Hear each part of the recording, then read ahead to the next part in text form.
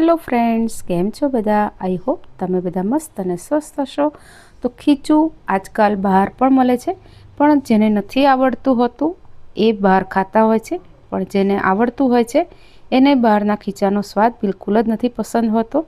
केम के घरे आपणे घणा बधा मसाला साथे एने बधुं टेस्टी અને સ્વાદિષ્ટ બનાવતા હોય છે, કેમ કે આપણી તો એમાં માસ્ટરી છે, કેમ કે આપણા રસોડામાં જ એનો ઉદ્ભવ થયેલો છે। ખીચું બનાવવા માટે આપણે એક વાડકીનું માપ સેટ કરી લઈશું। તો અહીંયા 1.5 વાડકી મેં ચોખાનો લોટ લીધો છે અને વાડકી છે એના જ માપથી આપણે પાણી પણ લઈશું। તો અહીંયા 1.5 વાડકી ચોખાનો લોટ છે, એની સામે હું 4.5 વાડકી પાણી લઈશ।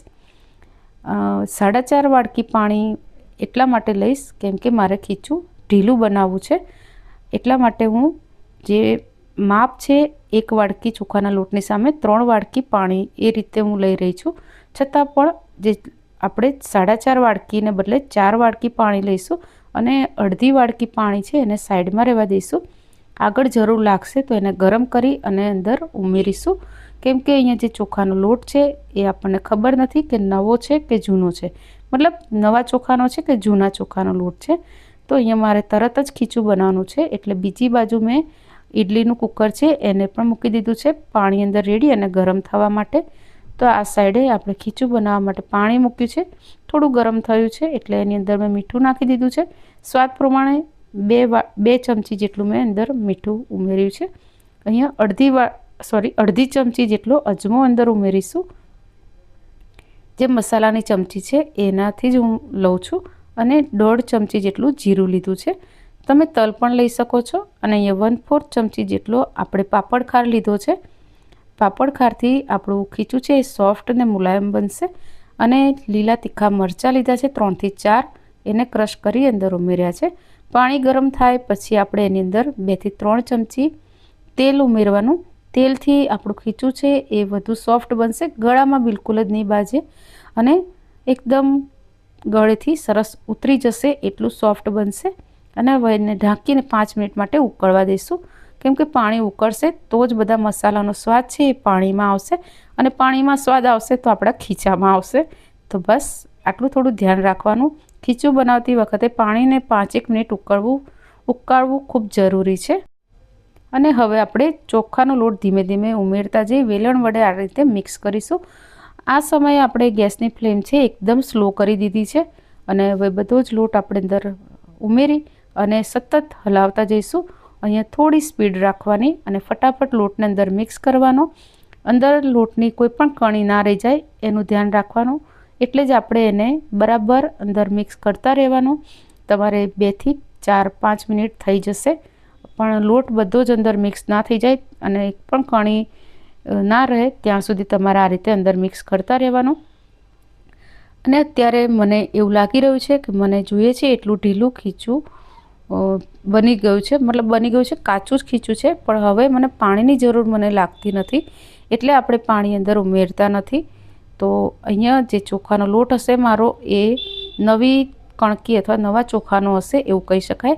જો નવો લોટ છે એ તમારે નવા ચોખાનો હશે તો પાણી ઓછું પીશે, અને જો જૂના ચોખા હશે તો એ પાણી વધારે પીવે છે।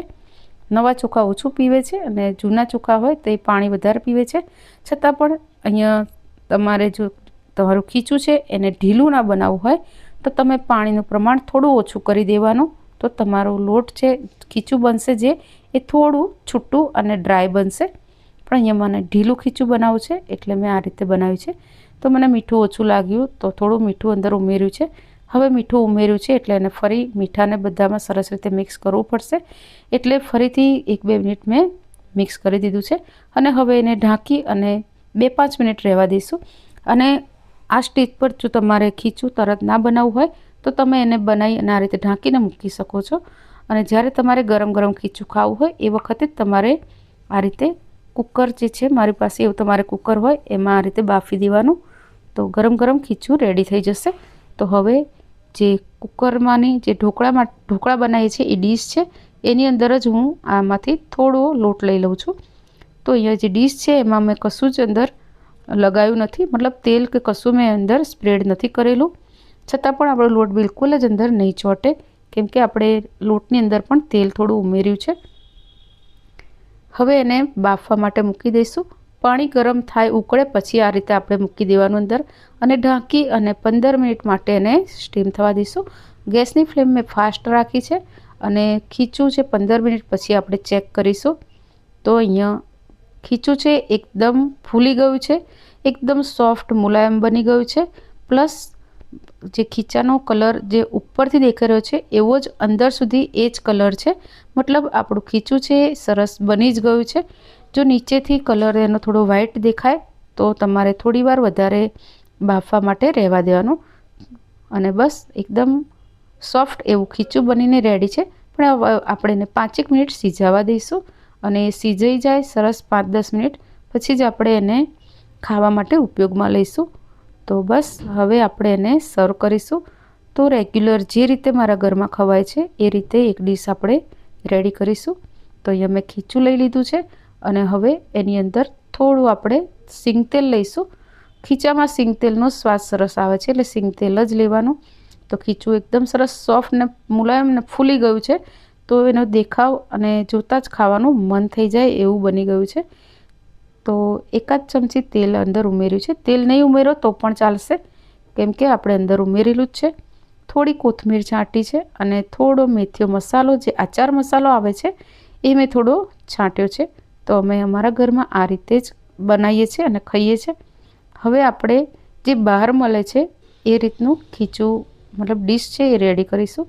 તો એના માટે આપણે 1/2 ચમચી કાશ્મીરી લાલ મરચું લઈ એની અંદર 1/2 ચમચીથી થોડું ઓછું એવું સંચળ મિક્સ કરીશું અને આપણો મસાલો છે એ બનીને રેડી છે. બીજા કોઈ મસાલાની જરૂર નથી. અને હવે બીજી ડીશ પણ આપણે રેડી કરીશું જે મોટે ભાગે આપણે બહાર જ ખીચું ખાતા હોઈએ છે એવો એનો સ્વાદ આવશે. તો અહીંયા આપણે ડીશમાં ખીચું લઈ લઈશું અને આ ખીચું છે એની અંદર તમારે તલ ઉમેરવા હોય, કોથમીર છે પાણીમાં તમારે ઉકળતી વખતે ઉમેરવી હોય તો તમે ઉમેરી શકો છો. અને બીજી ડીશ છે એમાં પણ થોડું આપણે તેલ લઈશું અને થોડી કોથમીર છાંટીશું અને જે આપણે મસાલો બનાવ્યો છે એ થોડો છાંટી દઈશું એટલે આપણું ખીચું છે એ બનીને રેડી. તો જે રીતે સુખડી છે એ આપણું હાથવગી મીઠાઈ તમે કહી શકો એ જ રીતે ખીચું છે એ પણ આપણું હાથવગું સ્નેક્સ છે. ગરમા ગરમ મન થાય ત્યારે બનાવીને ખાઈ શકો છો. અને અત્યારે હું ખુદને રોકી નથી શકતી અને ચમચીથી ખાવાની મજા ના આવે, હાથથી જ ખાવાની આપણને મજા આવે. તો મને ધજાઈ રહી છું છતાં પણ હું એ ખાઈ રહી છું કેમ કે કંટ્રોલ નથી થઈ શકતો. બીજાની જેમ મારું પણ હોટ ફેવરિટ છે ખીચું અને મારા ઘરમાં પણ વારંવાર બનતું હોય છે. તો બસ તમને આજની રેસીપી કેવી લાગી એ મને કમેન્ટ કરીને જરૂરથી જણાવજો. અને તમે પણ તમારા ઘરે આવું ખીચું બનાવજો. જો તમે ના બનાવતા હોય અથવા તો આનાથી પણ સરસ બનાવતા હોય તો મને કમેન્ટ કરીને જણાવજો જેથી હું પણ મારા ઘરે તમારી રીત પ્રમાણે બનાવું. તો આઈ હોપ તમને આજની રેસીપી પસંદ આવી હશે. Thanks for watching. Radhe Radhe.